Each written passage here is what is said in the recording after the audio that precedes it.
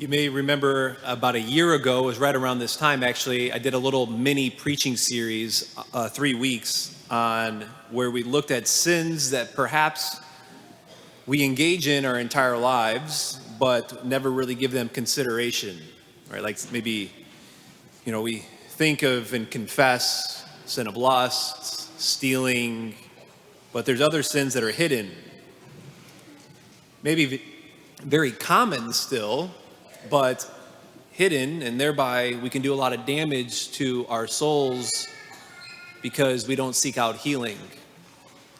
It can keep us less free or not whole. It can keep us from having a greater degree of interior peace. Last year we looked at the sin of detraction, envy, and anger. And today we want to look at the vice or the sin of vainglory. Because as we see on one element that's on display in our gospel today. So two things: understanding the vice of vainglory, and then secondly, how we're healed from it. So first, understanding the vice of vainglory. You may be familiar with the story of a young man who grew up in a small town, and he left that small town to go to college and then later to law school. And after getting his law degree, he decided to go back to the small town so that he can be kind of the big man in the small town, to make a big impression. And so when he opened up, he gets the town and he opened up his law office, it got to a rather slow start. And one day when he saw a man walking down the sidewalk, he decided to make a big impression on this potential new client. So as the man got to the door, the lawyer picked up his phone, motioned the man in the door, all while speaking on the phone. "You tell those clowns in New York that I'm not settling this case for any less than $1 million. My team will reach out to you later in the day, but I gotta go now." Hangs up the phone, turns to the man and says, "I'm sorry to keep you waiting. What can I do for you?" And the man looks at the lawyer and says, "I'm from the phone company and I've come to hook up your phone."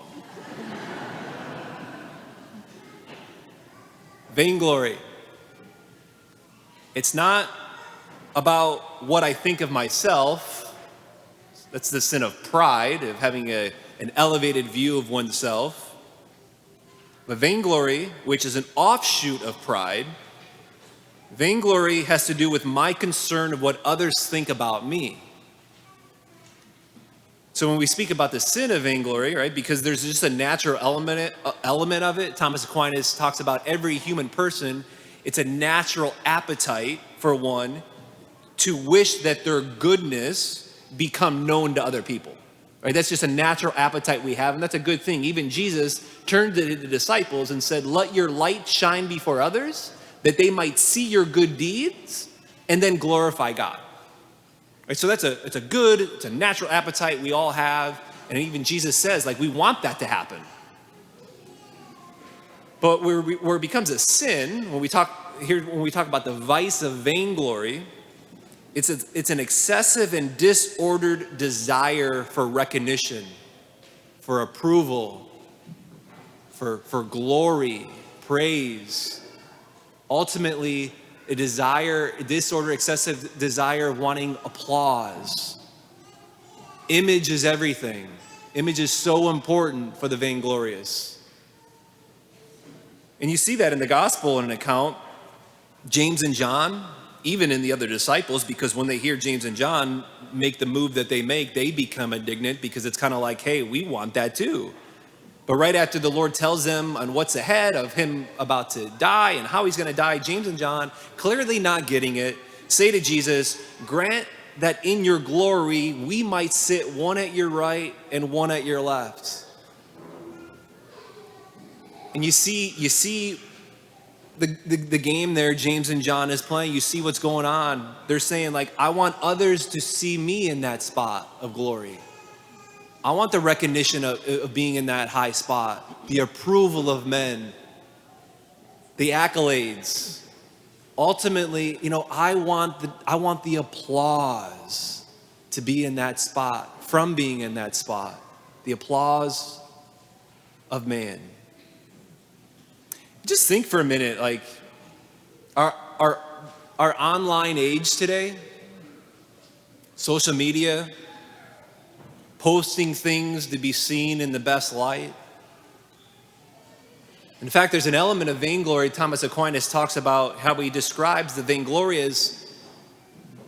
They have a temptation, even because this is so important for them, that to say things and do things, or even we could say post things, to get praise and accolades about something that's not even quite true about themselves. So it's like I want to put out an image that's like about my family, about my marriage, about what my kids are like, that might not even be true, but I want to put it out there so as to receive the accolades of man, the applause, the approval. And the move, I mean, we know, and I think we're increasingly seeing this in our online age, is that it really undermines our identity.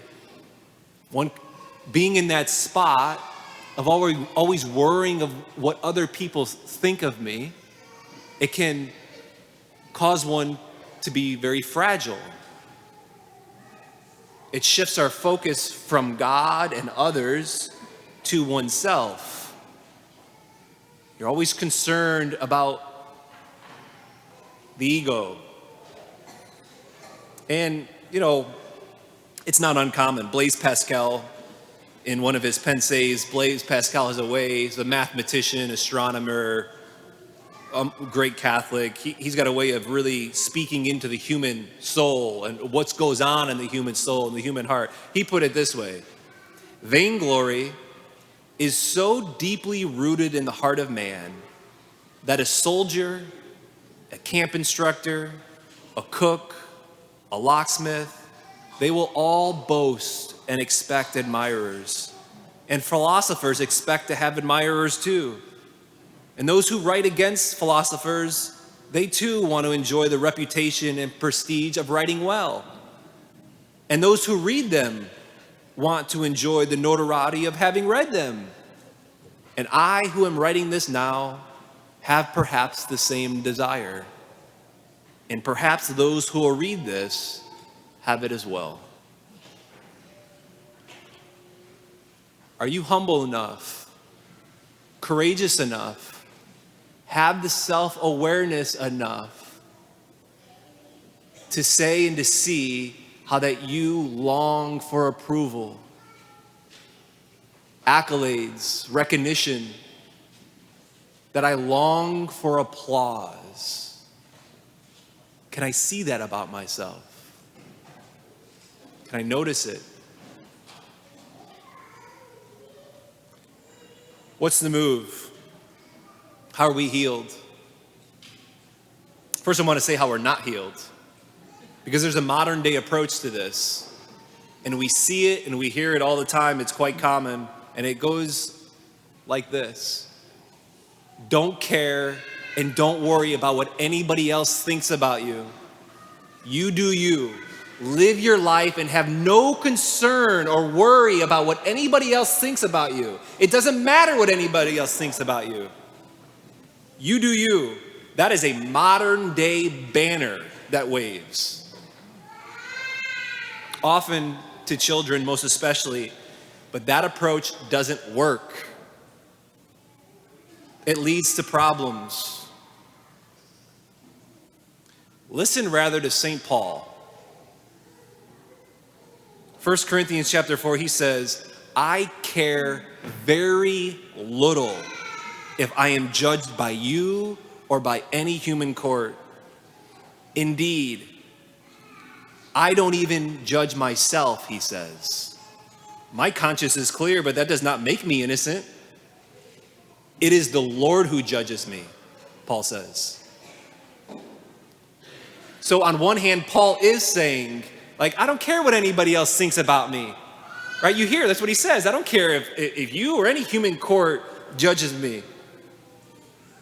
And we might say that, man, where does Paul get that kind of confidence? Where does Paul get that kind of confidence where he says, I don't care what anybody else thinks about me? We would say, well, surely he's just got to so carefully think about what he thinks about himself. But no, that's not what Paul says. He says, I don't even care what I think about myself, but it is the Lord who I care. It's the Lord who's my judge. In other words, he's saying, I care and I rest upon whether or not I have the Father's approval. I care whether or not I'm receiving the applause of the Father and the recognition of him. If I'm receiving the accolades from him. We long, that's what we were created for. We need that. We have to have it. Do you and I think like Paul? Do you know at the end of the day that you have an audience of one? Do you know how badly you desire the applause of God? And do I regularly soak it up? Do I turn to him and say at times like, Lord, I need this right now. Like I need your recognition, I need your approval, I need your applause, I desire, I crave it. Actually, my heart was created for it. And my soul is maybe turning this direction or that direction because right now, as of late, I haven't been getting and receiving and sitting and soaking up your applause that you have for me. We have to regularly soak it up if we want to be freed, if we want our ego to be freed from a tireless pursuit of seeking the applause of man. So I want to end with this. James and John, vainglorious spot. The others are as well. They become indignant because they want it too. This is how Jesus responds. I just will quote the last line that we hear in the gospel because it kind of sums up the move that Jesus makes in his response to James and John. He says, "For the Son of Man did not come to be served, but to give his life as a ransom for many." What happened to Jesus? The one person in history who deserved the ultimate praise, who deserved the ultimate recognition, the ultimate approval, the ultimate applause, if you will. He was mocked. He was spit on. He was shamed and humiliated, rejected even by God on the cross. Why? We see in our second reading, Hebrews, we don't have a high priest, Jesus, we don't have a high priest who is unable to sympathize with our weaknesses. Think of that. God gets us in our brokenness and weakness. We don't have a high priest who's unable to sympathize with our weaknesses. Or as Paul later says, he who knew no sin became sin so that we might then become the righteousness of God. You see the move that's happening there is like in our brokenness, God sends, and our inability really in a way, because of sin and our brokenness, God sending his son to die for us on the cross. In the midst of our disordered desires and how things get off here, and so as to save, redeem, so that we might become the righteousness of God. And that's why Paul can say what he says. I don't care what other people think of me. I don't care what I think of myself. I care about God. Because he points, as Jesus points to here as a ransom for many, Jesus points to the cross. And that's why Paul says, I don't boast of anything. I don't boast of myself. What does he say? I boast in the cross. The cross has got to be our only boast. So just encourage us to look to the cross and have that be the reminder at the end of the day, we have an audience of one so that we then might be freed from the vice of vainglory.